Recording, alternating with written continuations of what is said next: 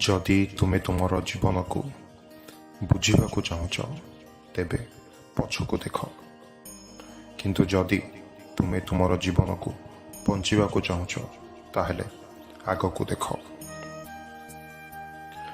ବଡ଼ ସେବକ ହେବା ଅପେକ୍ଷା ଛୋଟ ମାଲିକ ହେବା ବହୁତ ଗୁଣରେ ଭଲ। କିଛି ଆରମ୍ଭ କରିବା ପାଇଁ ତୁମେ ମହାନ ହେବାର ଆବଶ୍ୟକତା ଆଦୌ ନାହିଁ, କିନ୍ତୁ ତୁମେ ମହାନ ହେବାକୁ ଆରମ୍ଭ କରିବା ଅବଶ୍ୟ ଆବଶ୍ୟକ।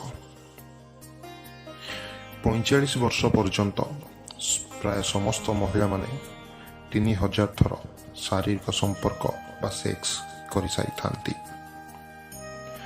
ଗତକାଲି ବିଷୟରେ ଚିନ୍ତା କର ନାହିଁ, ଆସନ୍ତାକାଲି ବିଷୟରେ ମଧ୍ୟ ଚିନ୍ତା କର ନାହିଁ। କେବଳ ତୁମର ବର୍ତ୍ତମାନଟିକୁ ଉନ୍ନତି କର, ତୁମର ଭବିଷ୍ୟତ ଆପେ ଆପେ ଉନ୍ନତ ହୋଇଯିବ। ଏହି ଦୁନିଆରେ ପ୍ରାୟ 25% ପୁରୁଷ ବର୍ତ୍ତମାନ ସେକ୍ସ ବା ସମ୍ଭୋଗ ବିଷୟରେ ଚିନ୍ତା କରୁଥିବେ। ଯେଉଁମାନଙ୍କର ସ୍ୱପ୍ନ ପୂରଣ କରିବାର ଅଛି ସେମାନେ ରାତିରେ ଜାଗ୍ରତ ରହନ୍ତି।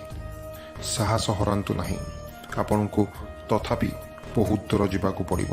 ଯେଉଁମାନେ କହିଥିଲେ ଯେ ଆପଣ ନିଜ ନିୟନ୍ତ୍ରଣରେ ନାହାନ୍ତି ସେମାନଙ୍କୁ ବହୁତ କିଛି କରି ଦେଖାଇବାକୁ ପଡ଼ିବ। ତୁମେ ସ୍ମାର୍ଟ ହେଲେ ଚଳିବନି, ତୁମର ସ୍ୱପ୍ନକୁ ସାକାର କରିବା ପାଇଁ ତୁମକୁ ପାଗଳ ହେବାକୁ ପଡ଼ିବ।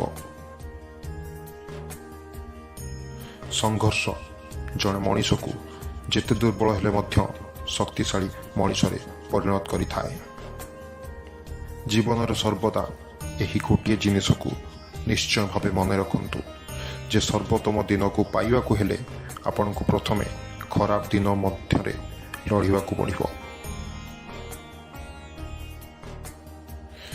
ଗୋଟିଏ ପୁରୁଷ ଠାରୁ ଗୋଟିଏ ମହିଳା ସେକ୍ସ କଥା ଅଧିକ ଚିନ୍ତା କରେ। ଗୋଟିଏ ପୁରୁଷ ଠାରୁ ସମ୍ଭୋଗ କରିବାର ଇଚ୍ଛା ମହିଳାଙ୍କ ଭିତରେ ପ୍ରାୟ 6 ଗୁଣ ଅଧିକ।